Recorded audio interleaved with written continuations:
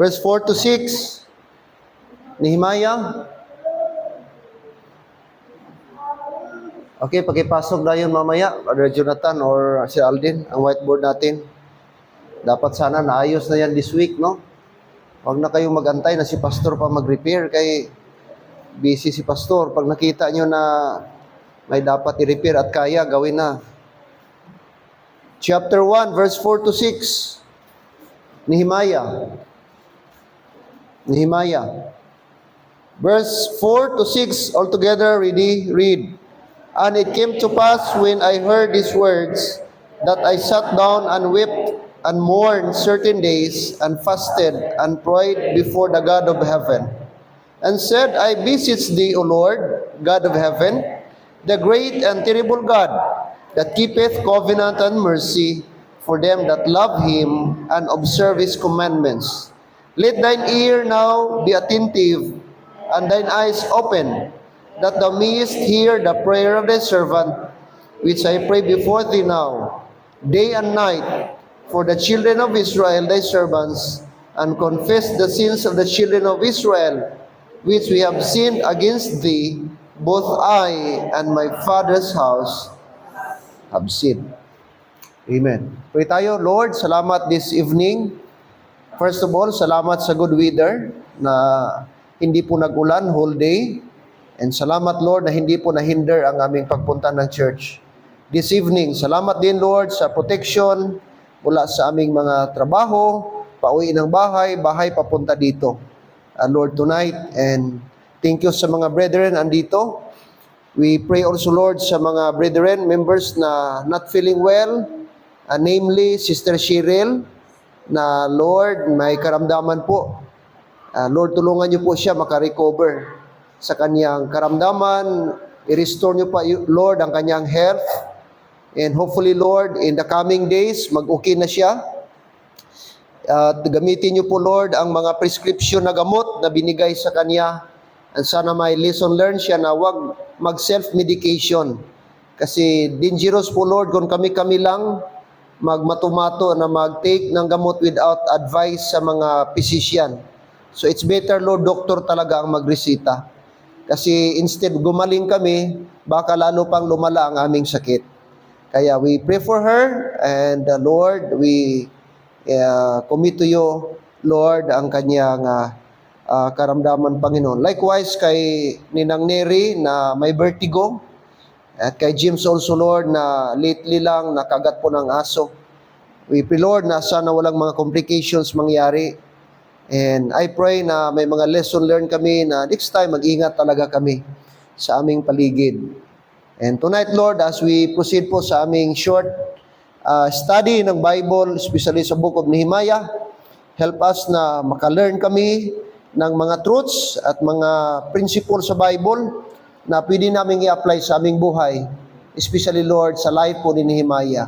And be with us, give us wisdom, and give us knowledge, Lord, na aming ma-comprehend, maintindihan. And above all, Lord, please give us strength na sundin namin ang mga truths sa Bible na pwede namin i-apply sa aming buhay Kristiyano in our dispensation of grace, Panginoon. Be with us again, and this I pray in Jesus' name. Amen and amen. Be seated po, mga kapatid. Now, si Nehemiah, ang ating makita dito, ay wala po tayong masyadong details about sa childhood po ni Nehemiah.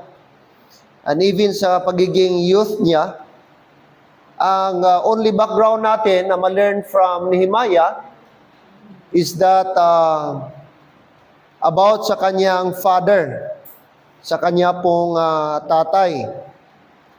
Sabi po ng verse 1, the words of Nehemiah, the son of Hakaliah.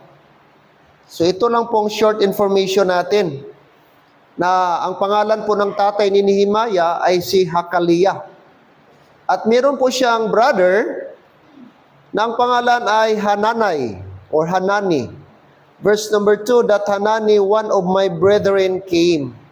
So ito lang po yung short background natin sa life ni Nehemiah. Other than that, ay wala na po tayo. However, mga kapatid, ating makita na siya po ay isa po sa mga ginamit ng Panginoon na ma-restore po yung Wall of Jerusalem. Now, ating makita, okay, a few years back, ay sinunog po ito ng mga Babylonian ang Jerusalem. Gidestroy po nila ang Jerusalem, sinalakay nila, gi-invade nila ang Jerusalem. Tapos, mainly ang Jerusalem, ang Israel. Tapos, sinunog po nila ang mga buildings, including po yung city of Jerusalem, the ancient Jerusalem.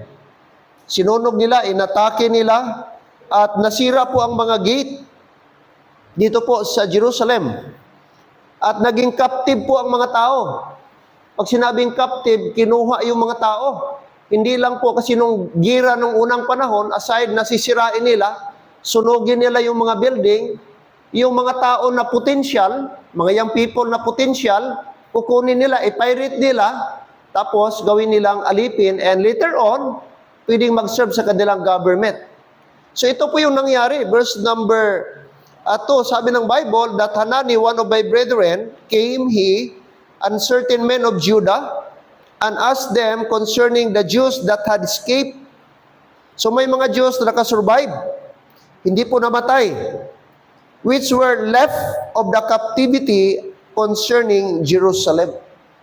So many times, ang Jerusalem sinalakay. Marami na pong mga invaders na pumunta sa Jerusalem, sinira ang Jerusalem, girestore nila, sinira uli, girestore. Hindi mo na mabilang.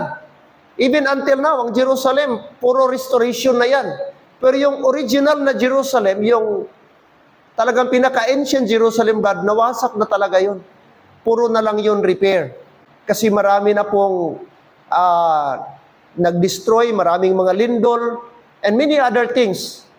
And that's why, ating makita po dito kung ano na po yung senaryo. Na one day, pumunta po doon ang mga taga-Judea, mga captive, left captive po. At this time po, medyo mabait na po yung king, na kung saan si Artaxerxes, inallow niya po yung iba na mga captive na bumalik na po sa kanilang lugar. So, for so many years, naging alipin sila sa Babylon, and then suddenly, nag-decide po yung emperor, okay, pwede na kayong makauwi sa inyong promised land, pwede na kayong makauwi sa inyong birthplace, para doon, mamuhay na kayo ng normal. So dito, bumalik sila, at kukunti na lang. Siguro namatay na yung iba doon sa Babylon, and maybe yung iba hindi na po nag-survive. So mga new generation na po ito, na nakabalik po doon sa kanilang lugar. Ang masaklap, nung pagpunta po nila sa kanilang lugar, pagdating nila sa Jerusalem, ay, of course, no, mga ruins na po. Mga ruins na po yung nadatnan nila. Verse number 3, and they said unto me, sinabi nila, nag-report po sila kay Nehemiah, itong si Hanani at yung ibang kasama niya na taga-Judah na mga men. Verse 3, the remnant that are left, so mga remnant na po ito sila, mga kumbaga nakasurvive galing sa captivity.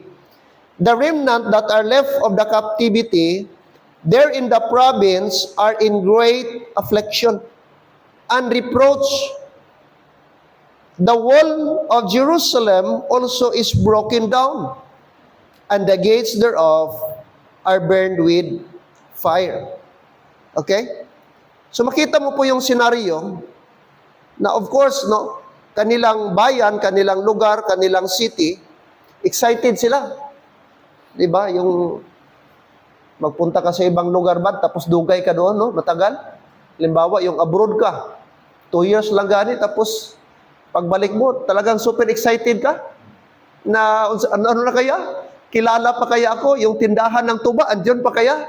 Yung suki ko sa bidyukihan, andyan pa kaya? Di ba maraming mga nakarelate kayo? Yung may mga lugar na gusto mong puntahan, yung childhood place mo, yung lugar mo, lumaki ka doon, tapos excited ka na for how many years di ka nakauwi, di mo nakita. Ang daming galaro sa imagination mo. Ano na kaya? Kumusta na kaya sila? Andun pa kaya yung mga barkada ko, mga kilala ko? Ganon. So siguro sila, ganito yung naramdaman nila. Hello, andyan ba tayo? Marami silang expectation na bumalik. Excited silang bumalik sa kanilang lugar, Jerusalem. Lugar nila ito, birthplace nila. Excited sila Hanani at yung mga taga-Juda. But baliktad yung nangyari. Kasi Brad, nung dumating sila, sabi ng Bible, ang Jerusalem ay, Brad? Nag-collapse ang mga wall. Tapos Brad, sinunog pati ang mga gates. The wall was broken down. And the gates, sabi ng verse 3, and the gates thereof are burned with fire. Bakit ganun sila kalungkot? Kasi most likely, mga kapatid, nung maliit pa sila, kasama po sila, ito Hanani, sila Nehemiah, kasama po sila nag-restore, nag-construct sa Wall of Jerusalem. Kasi alam niyo po nung una, ang mga Israelite, pati mga bata, pag may bayanihan sila, talagang gina-encourage nila na magsama. So most likely, itong kasi nasa age na siya na medyo adult na si Hanani. So nangyari ito, di natin alam ilang years back. So matagal na panahon, maybe mga decades ang nakalipas bago nila nakita uli yung lugar. So nakawatak-watak na po sila. So nung bumalik sila, ito na yung nakita nila. That the wall of Jerusalem also is broken down, and the gates thereof are burnt with fire. Now,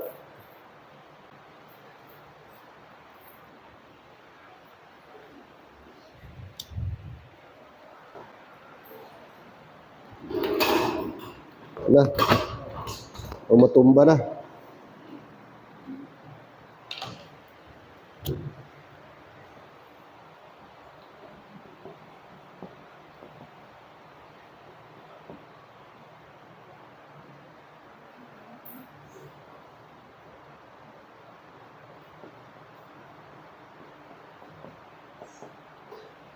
Okay, Nehemiah's life, anong makita natin? Or character or attitude ni Nehemiah, ano yung response niya? Anong response ni Nehemiah after niya narinig yung pag-narrate sa kanya, pag-report sa kanya about po sa condition ng Jerusalem?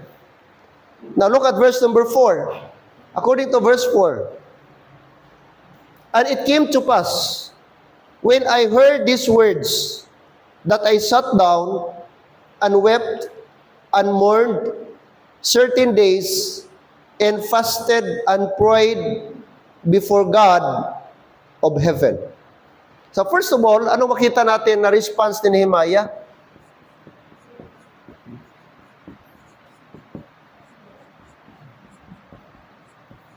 First thing is that makita natin yung tinatawag a test of prayer. A test of prayer. So unang response ni Nehemiah, sabi ng verse 4, after niya narinig yung report, I heard these words, that I sat down and wept. First thing, umiyak siya, nag-mourn siya. Take note mga kapatid, hindi lang po hours. Alam mo ang mga Israelite, pag nag-mourn talaga yan sila, talagang totoo. In fact, minsan pagpatay, aabot po ng 30 days. Pero dito, sabi ng Bible, he wept.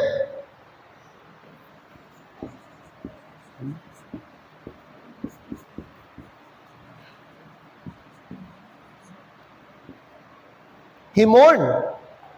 At sabi ng Bible, certain days. Di natin alam ilan itong certain days. 2 days ba? 3 days ba? 4 days ba? Ganun ang kanyang pag-mourn. Nagluksa.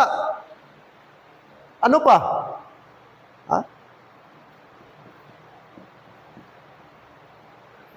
Fasted. Amen? Nag-fasting. Hindi basta-basta itong ginawa po ni Nehemiah. Aside na umiyak siya, nagluksa siya, nag-fasted pa. Nag-fast. Grabe yung emotion. Napakabigat yung gravity po ng emotion na naramdaman po ni Nehemiah na nagtulak sa kanya, mga kapatid, na mag-pray. And pinakalas, ang sabi niya, and prayed.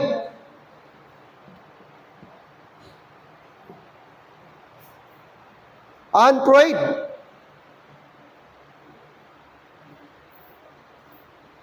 Anong makita natin dito?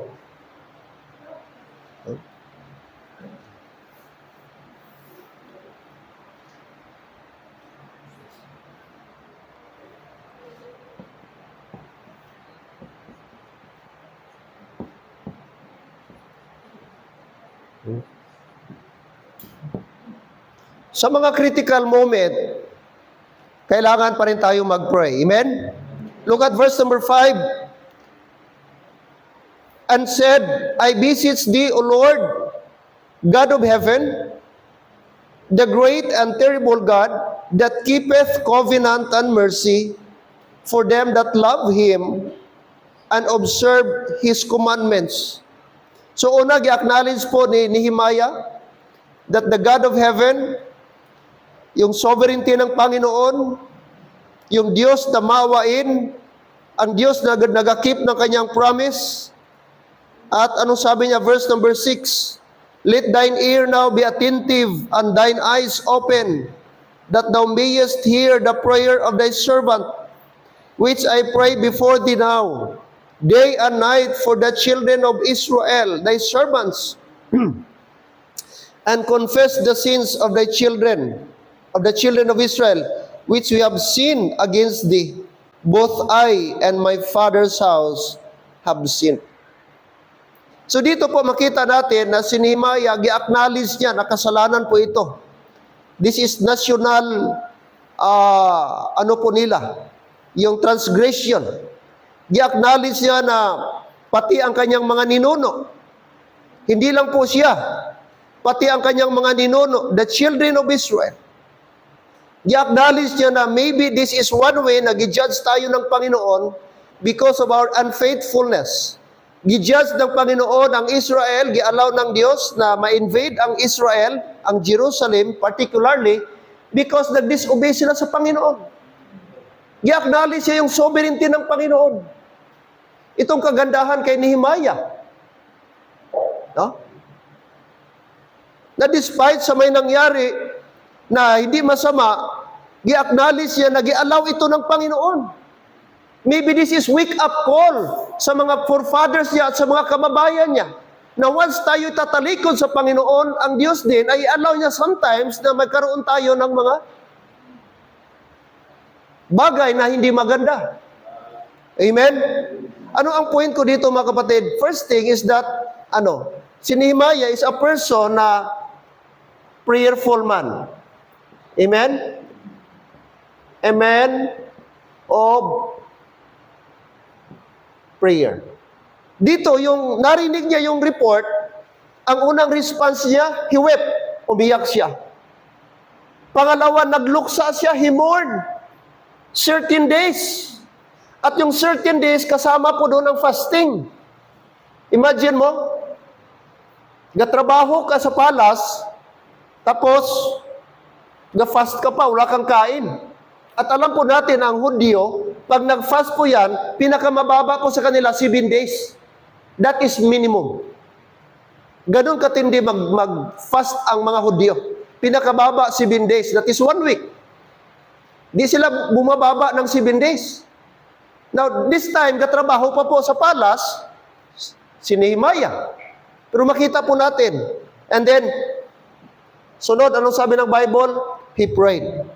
Humingi siya ng tawad sa Panginoon. Sinama niya ang kanyang mga ninuno. Lord, kung nakasala man ang aking mga ninuno, patawarin mo ang Israel. Patawarin mo ang children of Israel. I-acknowledge siya dahil ito sa kasalanan ng aming mga forefathers. So nag-pray siya in critical moment. Pangalawa, tingnan niyo po. Chapter number 2, verse number 4.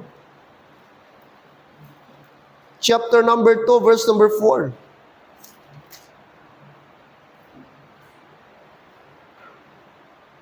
Verse number 4. Then the king said unto me, for what dost thou make request? So I prayed to God of heaven. Now ano po ito?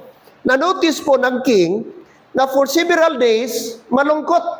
Siguro walang ganang magtrabaho. At na-notice ni King Artaxerxes dito na iba yung itsura at aura ni Nehemiah. Kaya, tinanong siya ni Nehemiah, anong problema? Look at verse number 1, umpisa natin. And it came to pass in the month Nisan, in the 20th year of Artaxerxes, the king, that wine was before him, and I took up the wine and gave it unto the king. Now I had not been before time sad in his presence. Ang trabaho kasi ni Nehemiah, cupbearer. Cupbearer, parang personal aid. Siya yung nag-prepare ng pagkain, inumin ng hari. Hello? Diyan kayo, Rad? Siya nag-prepare, hindi basta-basta yung trabaho niya. At bawal po sa isang cupbearer na magpakita sa hari, mag-serve sa hari na malungkot. Isa po yan sa violation. Hindi pwedeng malungkot. Dapat jolly, dapat smiling, dapat alert, dapat active, enthusiastic. Ang isang cupbearer. Hello, are you with me? So first time ito na nangyari na malungkot ang mukha ni Nehemiah na nagsiserve at humarap sa king. And no wonder, sabi ng verse 2, na-notice ng hari. Verse number 2, wherefore the king said unto me, why is thy countenance sad? Kahit sura mo muna. Anong problema? Bakit parang may nararamdaman kang iba? Mismo ang king na-notice. Seeing thou art not sick, hindi ka man, wala ka mang sakit, wala ka mang trangkaso. Bakit ka ganon? This is nothing but sorrow of heart. Then I was very sore afraid. Oh, talagang takot nung nakita po ng hari at tinanong siya, bakit malungkot ka? Wala ka namang sakit. At hindi po ordinaryo yung naramdaman mo at mukha mo, sabi ng king. Sabi niya, so nanginig si na very uncomfortable si Nehemiah. And then verse number 3, and said unto the king, let the king live forever. Why should not my countenance be sad when the city, the place of my father's sepulchres, lieth waste, and the gates thereof are consumed with fire? So dito na po siya nag-confess. Sorry po, mahal na hari, pero di ko po mapigilan yung sarili ko. Kung bakit po ako malungkot, bakit ganito po yung aking itsura. Sapagkat yung lugar po ng aking mga ninuno, yung aking bayan, yung lugar ng aking tatay, libingan ng aming mga tatay, ay nakatiwangwang po. At sirang-sira po yung aming lugar, ang mga gates, at sunog na sunog po yung mga wall at kasama ang gate po sa aming lugar. He was referring, mga kapatid, doon po sa Jerusalem. Then, nagtanong uli ang hari. Verse number 4. Then the king said unto me, for what dost thou make request? Maganda, no? Mismo ang hari, Brad, nagtanong, alright, okay, ngayon, anong request mo? Anong gusto mong gawin? Wow. King na Brad ang nagsabi. But you know what? Ito ang interesting, mga kapatid. You know what? Before siya nag-answer, si Nehemiah, anong ginawa niya? Look at the phrase number 4. Sabi niya, what dost thou make request? So I prayed to the Lord, so I prayed to God of heaven. Not only dapat tayo mag-pray sa mga critical moment. Number 2, mga kapatid, principle, in our decision making. Amen? Very critical. Very important di ay na sa ating mga desisyon na dapat gawin o bago natin gawin. Napakaganda, napakaina, mga kapatid, na dapat mag-pray talaga tayo. Bago tayo mag-set, bago tayo mag-decide, bago natin i-finalize ang isang bagay, napaka-best na unahin natin ang Panginoon. Napaka-best na ipag-pray natin. Anything na mga endeavor natin, anything na mga plano natin, dapat nating isang guni sa Panginoon. Yes or no? Ito si Nehemiah, bago siya nag-yes, imagine mo, hari na nagsabi, okay ngayon, anong gusto mong gawin ko? Anong gusto mong gawin? Most probably, i-grant ng king. Pero bago siya nagsabi, o nag-reply sa king, okay mahal na hari, ito yung aking request, ito yung dapat kong gawin. The first thing he considered is to pray to God of Israel. Amen? Kaya sa atin, mga kapatid, dapat ganon. Hindi tayo kaagad ma-excite, hindi kaagad tayo na mag-decide ura-urada. Dapat anything na dapat nating i-decide, gawin, planuhin, dapat it takes time to pray. Pag-igihan, spend time in prayer. Consider it. Panginoon, ito yung plano ko. Lord, ito yung please enlighten me. Lord, give me a sign kung pwede. Lord, give me something. Kung hindi ito para sa akin, Lord, kung hindi mo will, do something, Lord, na hindi matuloy. Kaysa, someday, natuloy nga, pero di naman nag-prosper. Mas malaki ang setback. Tama? It's better na lang na hindi magtuloy kaysa nandun na nga, pero later on pala, hindi nag-work out. Sometimes kasi na-overwhelm tayo. Sometimes na-overwhelm tayo, may mga advice. It could be, makatulong sa atin, sinasabi ng iba, advice ng iba, idea ng iba. Pero kapatid, members, I tell you, walang pinaka-the best kung ang Panginoon ang mag-work. Walang makamatch sa knowledge ng Panginoon. Walang surpass sa will ng Panginoon kaysa wisdom ng tao. And proven and tested sa life ni Nehemiah, maybe before may mga decision makings din siya sa life niya, na naging lesson learned niya, na hindi siya nag-consult sa Panginoon, nag-decide lang siya ura-urada. And later on, na-realize siya na talagang parang may kulang ata, may mali ata. So this time, hindi na siya nagpadala sa emosyon niya, kundi sa prayer na talaga. Amen? So I prayed to God. Sabi ng verse 4, nag-pray sa Lord. Salamat po ang king, nag-respond. Salamat Lord, hindi nagalit sa akin ang king. Despite na sad ako, malungkot ang aking hitsura, salamat na intindihan niya. At Lord, nagtanong siya, Lord, ano pang pwede kong gawin? I-guide mo ako, Panginoon. Anong next step kong gawin, Panginoon? Ayoko yung magkamali ako. Yun yung nasa isip ni Nehemiah. Ang tingnan niyo po mga kapatid, anong sunod po? Verse number 5. After na siya nag-pray, maybe, di natin alam ang interval. Nag-pray siya sa Panginoon. And then, later on, nag-approach naman siya sa king. At sabi ng verse number 5, and I said unto the king, if it please the king, and if thy servant have found favor in thy sight, that thou wouldest send me unto Judah, unto the city of my father's sepulchres, that I may build it. So naghingi na po siya ng permission na kung pwede, i-allow mo na siya na makauwi sa kanilang lugar sa Jerusalem para i-rebuild ang nasira nila na wall. Verse number 6, anong reply ng king? And the king said unto me, tapos may tapad pa siya. The queen also sitting by him, andyan din si queen, ang reyna. Dalawa sila, yung mga royal family. For how long shall thy journey be? And when wilt thou return? So it pleased the king to send me, and I set him a time. So ito pa siya tinanong, gaano katagal ang biyahe pa uwi doon? Gaano kalayo? At kailan ka babalik? Amen? Grabe, no? So, pag nami gali ka mag-ubra, mismo ang imu-amo, pamangkuton ka pa, saan ka mabalik? Amen? Ibig sabihin, nakita ang performance ni Nehemiah nga nami. Nakita siya nga worker nga sincero. Nakita siya nga trabahante nga hindi ligoy. Trabahante nga masaligan. That's why gipamangkot siya gaano ka kadugay dito. Kag saan-o ka magbalik. So, lesson learned sa ato nga may mga trabaho. Amen?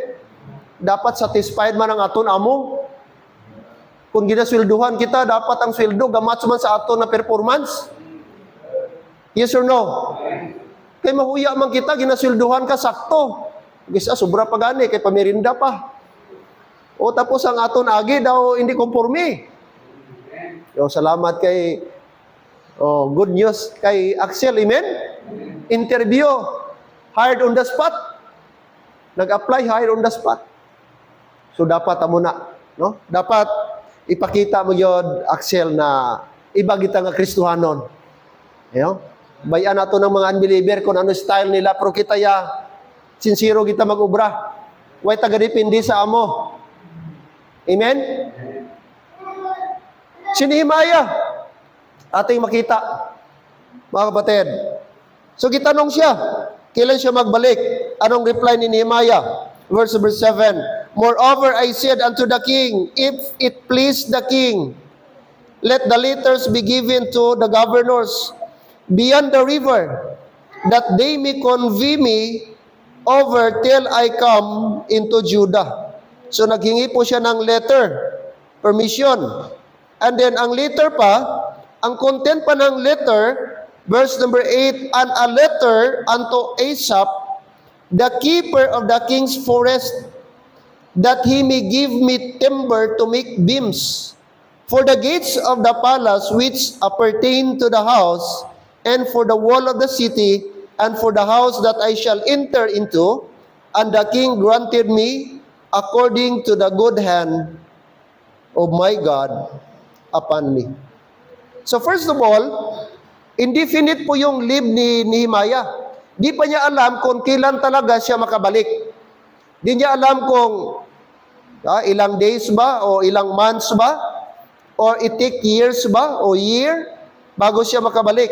But ang good news dito, kay gibigyan pa siya ng permission, approved galing sa king, na ibigay doon kay Asaph na, anong tawag nito, Brad? Sa ating panahon, forest ranger, in charge ba siya, Brad, sa forest. Ipakita niya doon na mayroong approval at letter o sign, approved by king, na pwede siyang magkuha ng kahoy. Libre, gamitin niya para pang construction. Alright? Yun ang result, mga kapatid, sa prayer. No? Grabe ang prayer ba? Damo pa man. Basta mag-pray galita. No? Ma-amaze ka ba nga, Lord, yun man ang gihingi ko, bakit may parang sobra? No? Ma-surprise ka na lang na amazing talaga si Lord. Ma-overwhelm ka ba na God is good talaga. Pag nakita niya itong intention niya, pure ba? Ang ating motive pure. Alright? So, dito po, gi-allow siya na magkuha. And what else? In decision making. Ano pa? Tingnan niyo po. Another verse, mga kapatid. Nehemiah chapter 4. Jump tayo, chapter 4. Nehemiah chapter 4. Nehemiah chapter 4. Verse number 4. Verse number 3. Now Tobiah the Ammonite was by him, and he said, even that which they build, if a fox go up, he shall even break down their stone wall. Verse number 4. Hear our God, for we are despised, and turn their reproach upon their own head, and give them for a prey in the land of captivity. And cover not their iniquity, and let not their sin be blotted out from before thee. For they have provoked thee to anger before the builders. So built we the wall, and all the wall was joined together unto the half thereof, for the people had a mind to work. Ano naman ito, mga kapatid?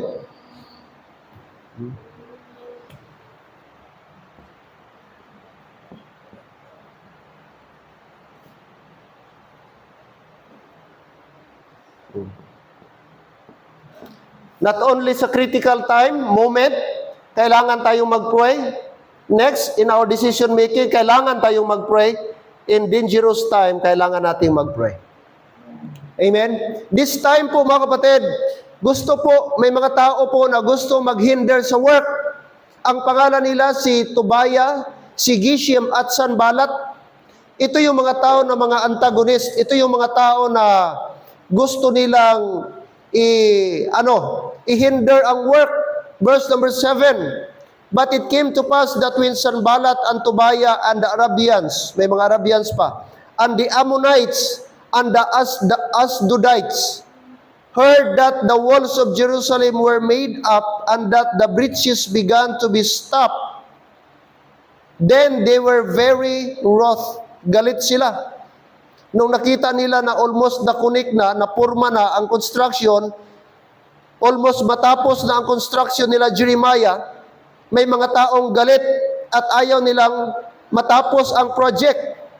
So, nung ginawa ito nila Sanballat, Tobiah, at mga Ammonites, at mga Asdodites, verse number 8, and conspired all of them together to come and fight against Jerusalem and, nung sunod, hinder it.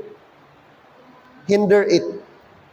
So may mga tao talaga na makita natin pag mag-prosper gani ang gawain ng Diyos, si Satan magamit din ng mga tao na i-hinder. So dapat ingat tayo doon.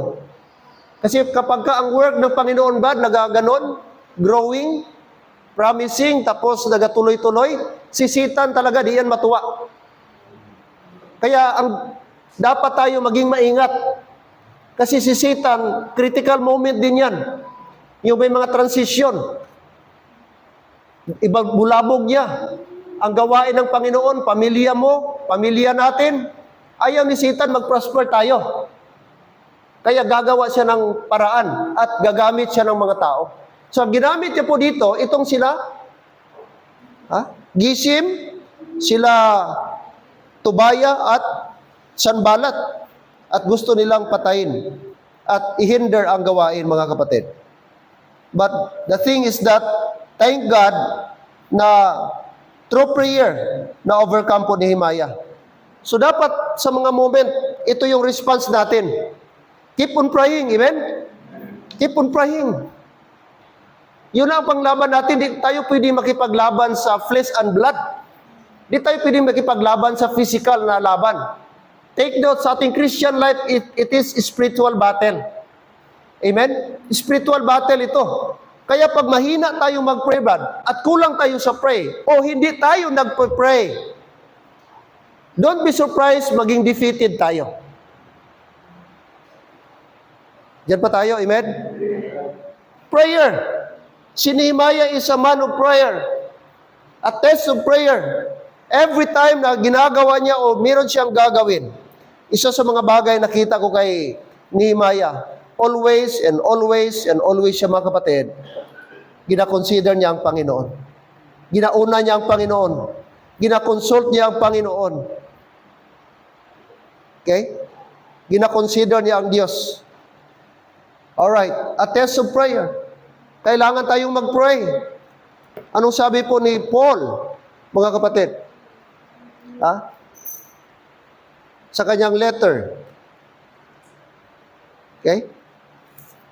Even si Apostle Paul. Chapter 4, verse number 6. Chapter 4, Philippians, chapter 4, verse 6. Be careful for nothing. So, meron tayong caution dito. Be careful for nothing, but in everything. Take note that word, in everything. Everything means everything. But in everything, by prayer and supplication, with thanksgiving, and let your requests be made known unto God. And the peace of God, which passeth all understanding, shall keep your hearts and minds through Christ Jesus. So dito si Paul, sinabihan tayo, in everything, by prayer. By prayer.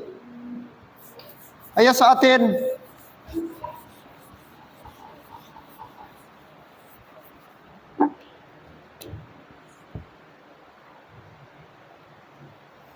gawin natin ang lahat at idaan natin ang lahat through prayer. Amen? Prayer. Sana maging habit natin always i-pray. Okay? Walang masama mag-pray request. Maganda mag-pray request.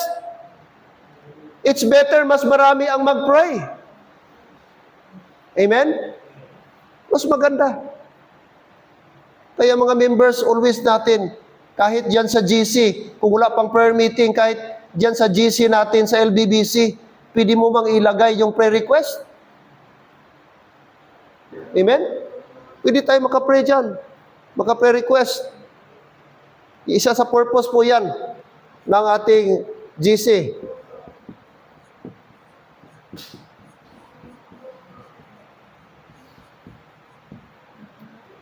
Number 2, not only a test of prayer, but another thing ating makita, it is a test of priority. A test of priority. Now take note si Nehemiah, like I said, mga kapatid, mga members Christians, maganda na ang trabaho niya. Sino si Nehemiah? Cup-bearer. Cup-bearer. At hindi po basta-basta ang trabaho ng cup-bearer. Okay? Personal aid. Close aid. Sobra pa ito sa bodyguard. Kasi siya ang in charge sa pagkain at ginainom sa king. Cup-bearer.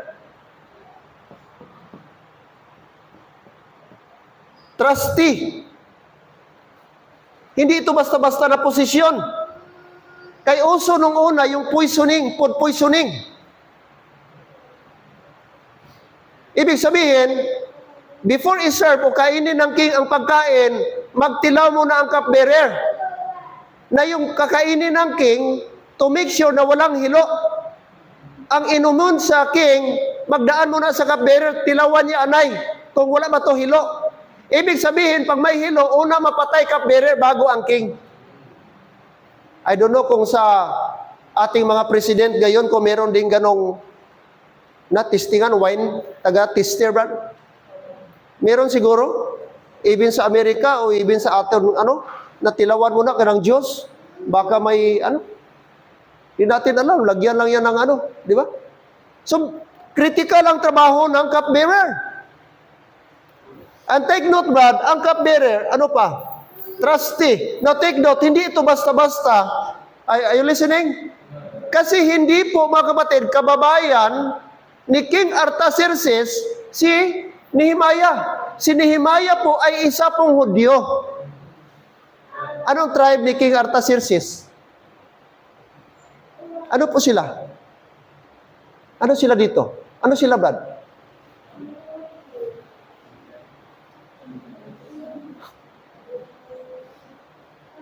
Alam ba ninyo? Saan ito na kingdom? Saan ito na si King Artaxerxes?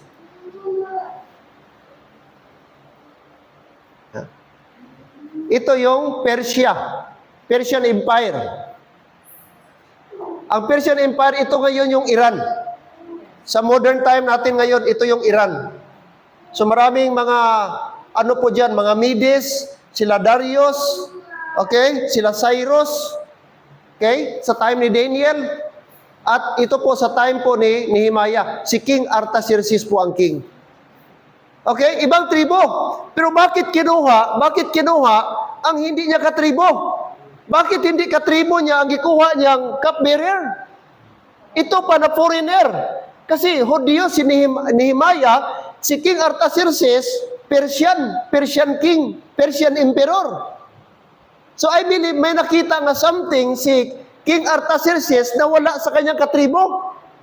Kaya bakit niya doon niya bigay ang posisyon na ito sa kay Nehemiah. Makita mo?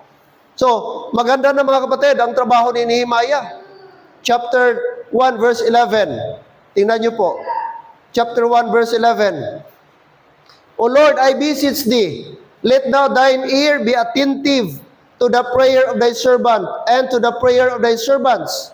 Nagpray naman siya dito. Desire, fear thy name, and prosper. I pray thee, thy servant this day, and grant his mercy in the sight of this man, for I was the king's cup-bearer. Okay? Hindi basta-basta mga kapatid. Cup-bearer, si Nehemiah. Maganda ang kanyang trabaho. Kung saan ang king, doon din siya. But you know what, mga kapatid? Nung narinig niya ang nangyari about sa kanyang syudad, about sa kanyang bayan na Israel at Jerusalem, anong ginawa niya? Hindi siya nag-hesitate na tulungan ang kanyang kababayan. Pwede niyang sabihin, pwede ba kayo na lang? Pwede ako siguro mag-request ng hari ng kahoy para gamitin nyo, pero ako, wag nyo na akong disturbuhin. Kaya busy ako dito, may trabaho ako dito. Kayo na lang muna. Kung ano man yung support ko na pwede kong isupport sa inyo, gawin ko. Pero physically na nandun ako, bodily nandun ako, parang mahirap kasi nagatrabaho ako dito. Tapos personal aid pa ako ng king. Pwedeng sabihin ni Nehemiah, yes or no? Pero mga kapatid, hindi po. Atin na sa, like I said kanina, nung tinanong siya ng king, siya po ay nag-file ng leave, umalis siya, nag-travel siya, umuwi siya, pumunta siya sa kanilang lugar, and here, nag-construct po. Hindi lamang siya gustong tumulong, mga kapatid, o nag-pray, pwede sabihin, mag-pray lang ako sa inyo, na tulungan at bigyan kayo ng wisdom ng Panginoon, but no, makita natin, nagtrabaho po siya, mga kapatid. And you know what? That is priority. That is priority. Yes, mahal niya yung trabaho niya. Yes, maganda yung trabaho niya. Pero mga kapatid, nung narinig niya na kailangan tulungan, support ang gawain, ang pag-restore ng Wall of Jerusalem, hindi po nag-hesitate si Nehemiah. And look what happened. Mga kapatid, fast forward tayo, nagtrabaho na sila. Nagtrabaho na, nandun na si Nehemiah. Nag-construct na sila, nag-organize siya ng mga tao, by batches, mayroon siyang gibuild na mga workforce, planning, lahat ito, prior than that, nag-survey siya, marami siyang gi-consider si Nehemiah, gaano kalaki, gaano kalala ang trabaho, okay? Nagtrabaho na. So what happened? Verse number 1, chapter 6. Now it came to pass when Sanballat and Tobiah and Geshem, the Arabian, and the rest of our enemies heard that I have builded the wall. Nagtrabaho na po sila. Nag-build na sila ng wall. And that there was no breach left therein, though at that time I had not set up the doors upon the gates. Verse 2, that Sanballat and Geshem sent unto me, saying, Come, and let us meet together in some one of the villages in the plain of Ono. But they thought to do me mischief. So nagkaroon ng invitation si Nehemiah, galing kay Tobiah, Geshem, at Sanballat. At ang letter na yon, nag-invite sa kanya na mag-meet up sila doon sa plain of Ono. Pero ang plano ng kaaway, masama. Diyan pa kayo, Brad? Ga-follow ba kayo? Notice the word, but they thought to do me mischief. Pagdating niya doon, iba ang plano. Na ano yun, Brad? Na balitaan niya yung taga-Alitagtag, Batangas? Na tatlo, gabaligya kandig. Tapos gikontak sa taga Maguindanao. I don't know anong particular to nga bayan. Tapos nag-travel sila, upod ang van, upod ang kanding ng mga hybrid. Tapos nakipag-meet up, and then gidala sila dito sa pasulod, sa kalubihan, kag dito gipanggapos, kag gipangpatay, kag gipanglubong mga abyan. Kaluoy ang tatlo ka inosente nga mga Batanggenyo, taga-Alitagtag, Batangas. Nadula ang kanding, nadula ang ban, nadula ang kabuhi sa tatlo. Inosente nga nangabuhi lang. Naisahan. Mga scammer, mga sindikato. Grabe nga mga tao, may kaluoy. Bahala na lang tanay, gikuha ang kanding, ang ban, way lang gipatay.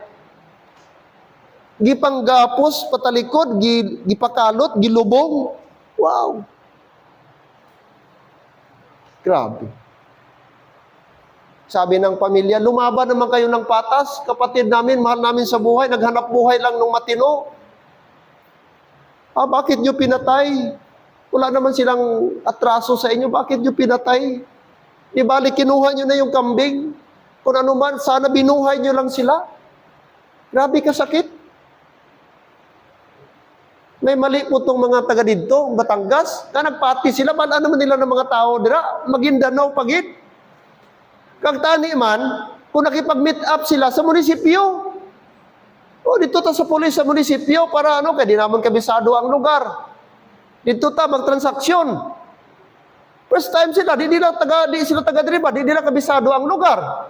Tapos nagsunod sila dito, nagpasunod. Di anong laban nila dito? Pag abot dito, may mga patas tos Maguindanao Massacre nga gipaditor sila. Pag abot dito, may hukay na galito, giprepare at pangbirahan sila. Anong kalaban-laban? Yung mga tao gid nga tuso. Ulitli lang, taga Santo Niño. Giengganyo. Sang isa man ka taga Sultan Kudarat. Dito sa amo, damo tarok. Barato lang. Kay gabayan siya, kamatis, gulay, stibuli, ginabaligyan niya. Taga Santo Niño ito. May ara siya multicab. Istorya ito, taga Rusco. May bustade ko. Pastor, i-pray mo, kay may ara kami kliyente. Nagligad lang si Mana, ginpatay. Na problema kami. Kaya nga ang unit nadula. 6 months pa lang ito niya gikuha sa amon opisina. Ang Rusco nga multicab, nadula. Kay ginpatay siya. Kay may amigo siya nga kontak ka Muslim. Kato sa amon lungsod, sa amon banwa, damo baligya tarok, barato lang. Idugang mo si imo bayansil nga mga gulay kag kamatis, nagpati man siya. Pag abot dito sa Maguindanao, ginpatay, ginkuha ang Rusco. Pati Rusco karon nga problema kay ang unit nila nadula. So amo na nga di kita magpadala-dala. Dapat careful kita. Di kita magpati dayon nga amuni. Lesson na sa aton, amen? Nga wise kita ba? Di kita maingganyo dayon kay may nag-suggest, may nag-offer amuni, dako ginansyahon mo, pero gali, ang kapalit naman, imo safety. Ito, si Nehemiah, may plano ang kalaban. But thank God, kay spiritual si Nehemiah, thank God si Nehemiah, giconsider niya ang Panginoon, bago siya mag-decide, ga-pray siya, anong nangyari? Verse number 3, and I sent messengers unto them, nagpadala din siya ng messenger, emissary, saying, I am doing a great work, so that I cannot come down. Why should the work cease? Whilst I leave it and come down to you. So gi-turn down niya, hindi pwede. Hindi ko pwede nga makipag-meet up sa inyo. Kay malaki po yung gawain dito. Busy po ako. And look at verse number 4. Yet they sent unto me 4 times. Grabe ka kulit. Hindi lang 1 time, hindi lang 2nd time, 3rd time. Imagine mo, 4 times. Yet they sent unto me 4 times after this sort, and I answered them after the same manner. Hello, amen? Consistent sila sa invitation, but thank God, consistent man si Nehemiah sa pag-reply, no. Anong kuha ni Nehemiah, Brad? Oh, itong phrase niya.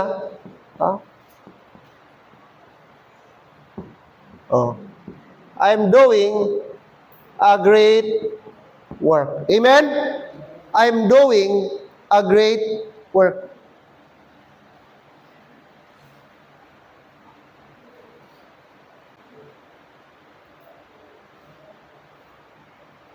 Kita mo? Itong mga taong ito, mga kapatid. Chapter 4, verse number 19.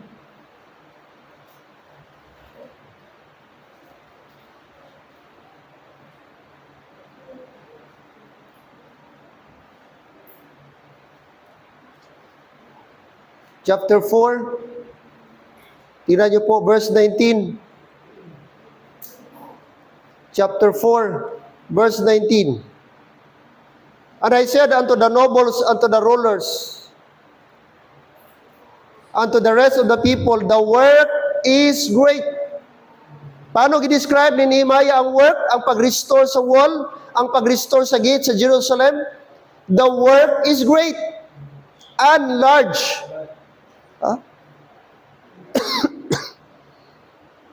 Gi-consider niya, mga kapatid, na ang project ay great and large.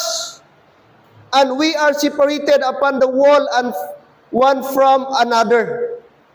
So nakita po ni Nehemiah gaano ka-great ang work, gaano ka-importante ang work. That's why hindi pwede stop. That's why hindi pwede siya na mag-relax. See? The work is great. The work is great. Right? That's priority. Amen? That's priority. Pag priority mo ang isang trabaho, hindi ka pwede mag-relax-relax. Hindi ka pwede nga isalig mo lang na sa ibang tao. Pag nakita mo ang work, Brad, hindi siya very critical, kakailangan ka hands-on, ay dapat kada oras mo, Brad, importante. Ang adlaw mo, importante.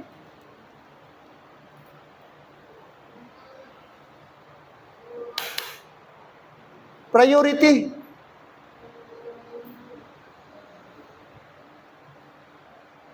Isa sa mga failure natin ng mga Christian, itong tinatawag lack of priority.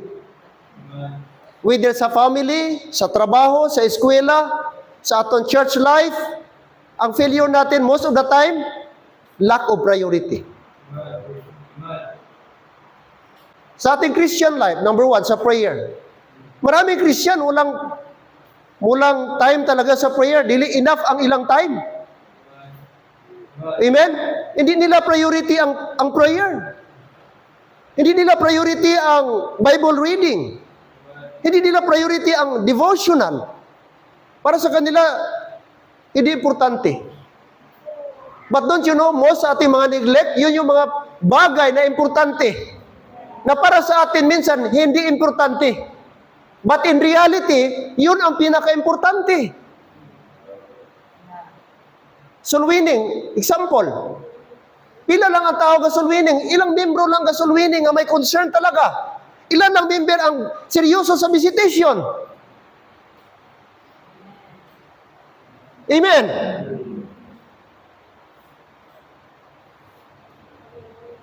Gina-take for granted natin, para sa atin, hindi importante. Para sa atin, pag may option ako o may extra time ako, then maybe, pwede. So, ang labas, okay ngayon, sunod, hindi naman. Visit ngayon, sunod, hindi naman. Sapagkat, in reality, di natin priority.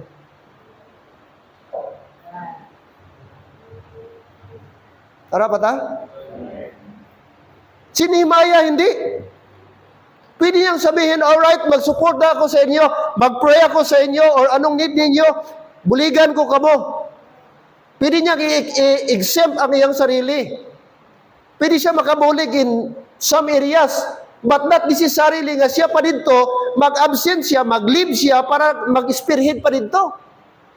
Pwede man siguro may somebody dito nga mag-spearhead sa ila, mag-lead sa ila, nga not necessarily nga mag-leave pa siya, but no.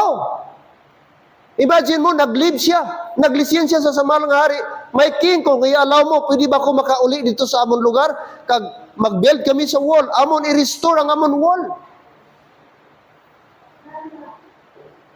I do not know kung may sweldo si Nehemiah.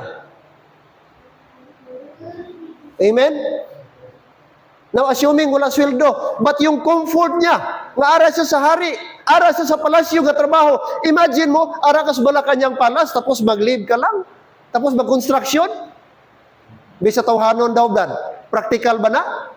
Siyempre sa tawhanon, mag-ano pa lang ko, padala na lang ko diya, pira padala, o materials na lang ko ibulig. Pwede man to, tama? Pero kanang ikaw pa mismo dito, that's another level, mga kapatid. That is priority. Para sa kanya, importante nga ma-restore ang wall. Nga naman, kay amo to mga abiyan, may disadvantage kung wala ang wall, may disadvantage, vulnerable sila sa kalaban, atakihon sila. Kag ang wall, importante ang wall. Ha? Until now, nga gimintin ba ang Wall of Jerusalem? Nakita nyo, naagyapon ang Wall of Jerusalem?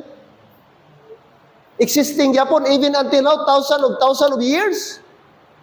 Kaya very symbolic na. Number one, ang wall, kining wall mga kapatid, number one, it preserves, it protects the insider.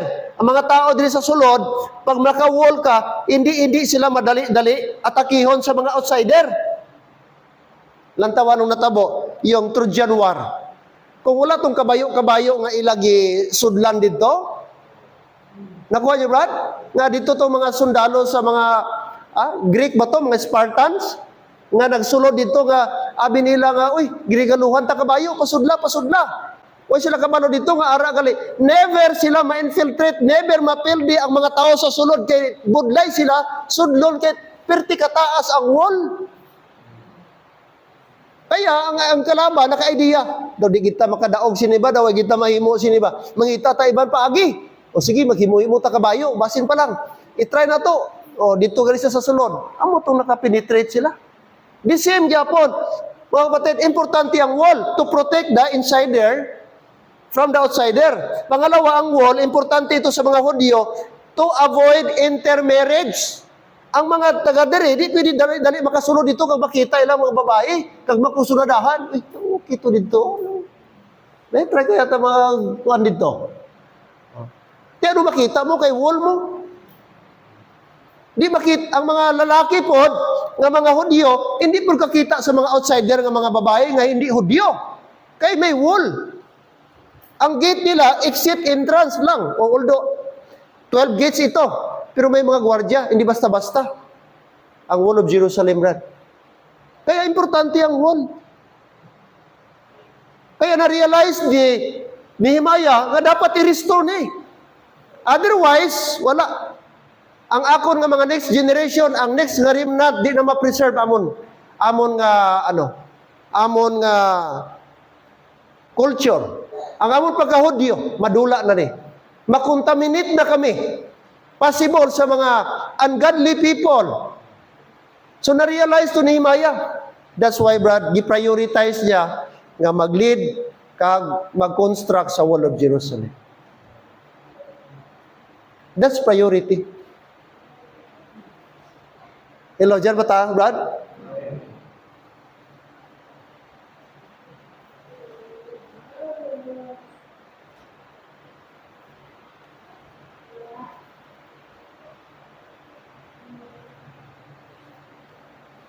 Chapter 6, verse number 10. Before na ta. Lapit na ta matapos. Chapter 6, verse number 10. Afterward, I came unto the house of Shemaiah.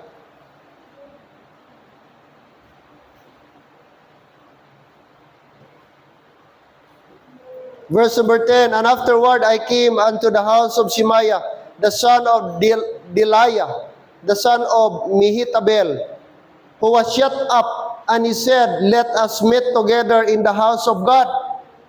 Gusto naman nila dito. Kaya wala man naging nakipag-meet up si Nehemiah dito sa Plain of Ono. Ang gusto naman nila dito naman sa temple.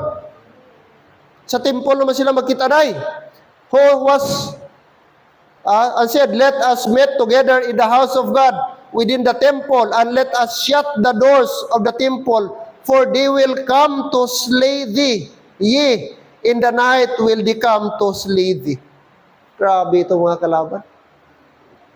Kapangita yun paagi nga patyo nila si Nehemiah.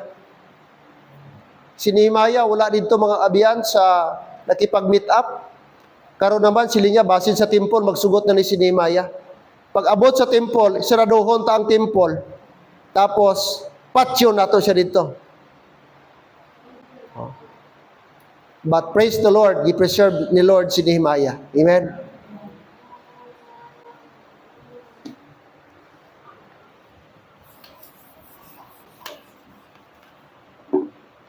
And finally, amen?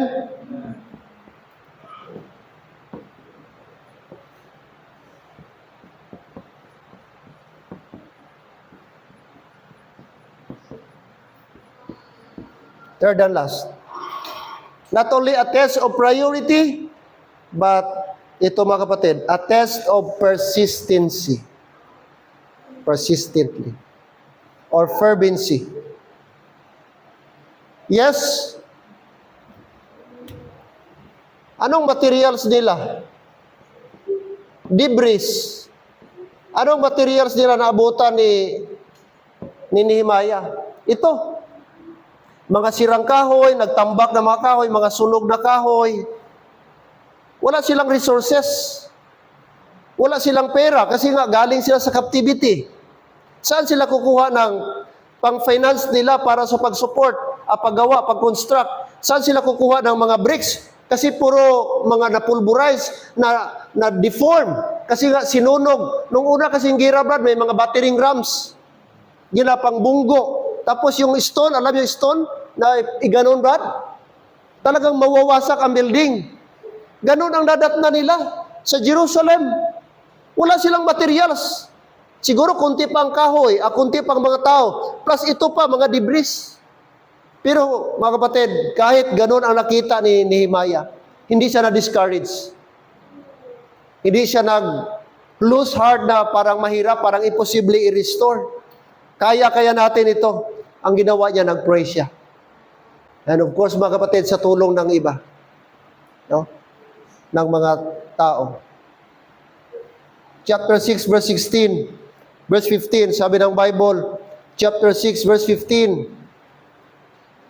So the wall was finished in the 20th and 5th day of the month Elul, in 50 and 2 days. Imagine, 52 days lang.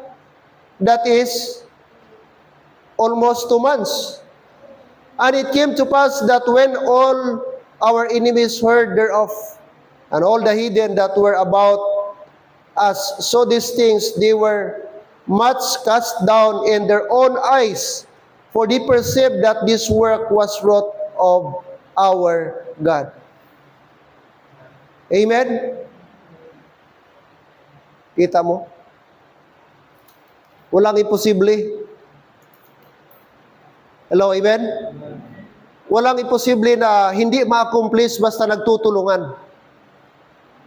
Nabasa ko kanina, saan yung verse na gi-defy sila, gi-mock sila, ano sila mga kapatid? Sabi niya, alam niyo yung gi-construct ninyo? Ano pa ta? Sabi niya, bisan daw ang facts magpatong, mag-collapse. Gikayan sila nga biskan daw ang facts magpatong doon sa gi-construct nila na wall, mag-collapse. Kalimutan ko yung verse na ano, Brad? Chapter 4, verse 5. Thank you, Brad. Yun. Chapter 4, verse 3. Now Tobiah and the Ammonite was by him, and he said, even that which they build, yung i-construct nila, if a fox go up, kung magsaka daw, maglatay, magpatong ang fox, he shall even break down their stone wall. But silingon bad, hikayan sila. Inanang hinahimo nyo na. Why na? Pirti kahuyang. Why na? Adana. Inyo project na, why gapo na. Di na magdugay. Kay biskan fox magpatong, why na? Mag-collapse. Yun ang trabaho ng kaaway. But salamat kay Nehemiah. Meron siyang spirit of persistency. Hello, amen?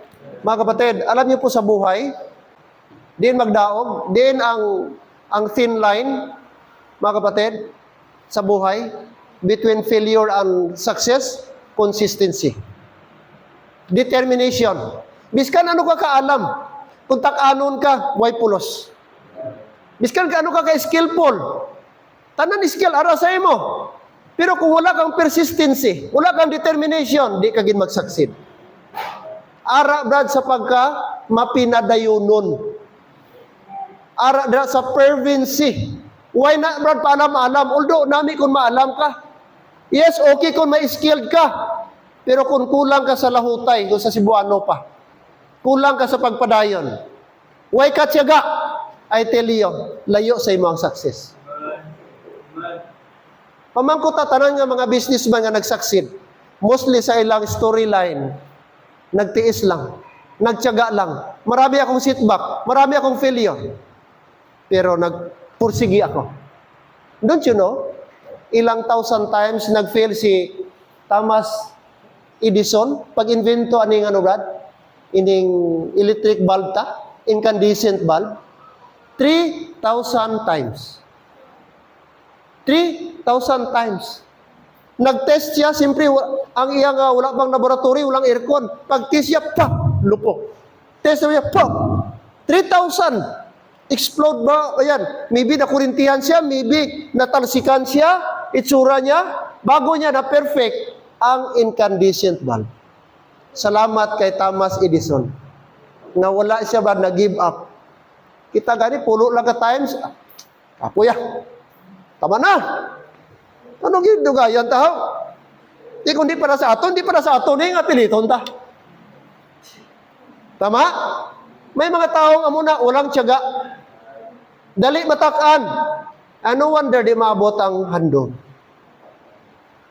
Sometimes, mga kapatid, kailangan din natin persistent. Pero kung maingon din si Lord, tama na po. Ayaw po dipilit. Kaya kung piliton po nimo, naingon na si Lord, tama na, budlay po to. Pero as long may go signal si Lord, at persistent. Very famous istorya sa, Brad, yung tawag doon, yung sa elementary pa tayo, si Pagong at si Rabbit. Naalala si elementary. O si Pagong at saka si, ano ba sa Tagalog ang snail? Ha? Hindi si Tipaklong. Ito si Tipaklong to. Lahi man to si Tipaklong. Grasshopper man to si Tipaklong. Ano ba nga to nag-contest? Si snail ba? Kuhol. Kuhol. Tiyaga, amen? Persistent. Okay? So, pag sa Ginoo, dapat di ta dali matakan. Pag nagbisita, wala pa siguro, padayon lang, bisitahan uli. Bisita lang. Baka someday. Amen. No? So I hope meron tayong nakuha kay Nehemiah. Amen? A test of prayer, priority, and persistency. Damo sila encounter. Grabe mga kapatid. But thank God, hindi na-give up si Nehemiah. At nakita natin, Brad, na-enjoy ngayon. Are you with me? Na-enjoy ngayon, thousand of years ago. Pero mga kapatid, salamat kay Nehemiah. Makita ngayon, tanang tourist, andyan ang Wall of Jerusalem. And I believe, isa nag-contribute, Nehemiah, na na-restore ang Wall of Jerusalem. Tayo, Lord, salamat this evening, salamat sa life ni Nehemiah. It's my prayer, Lord, meron kaming na-learn mga principles sa Bible.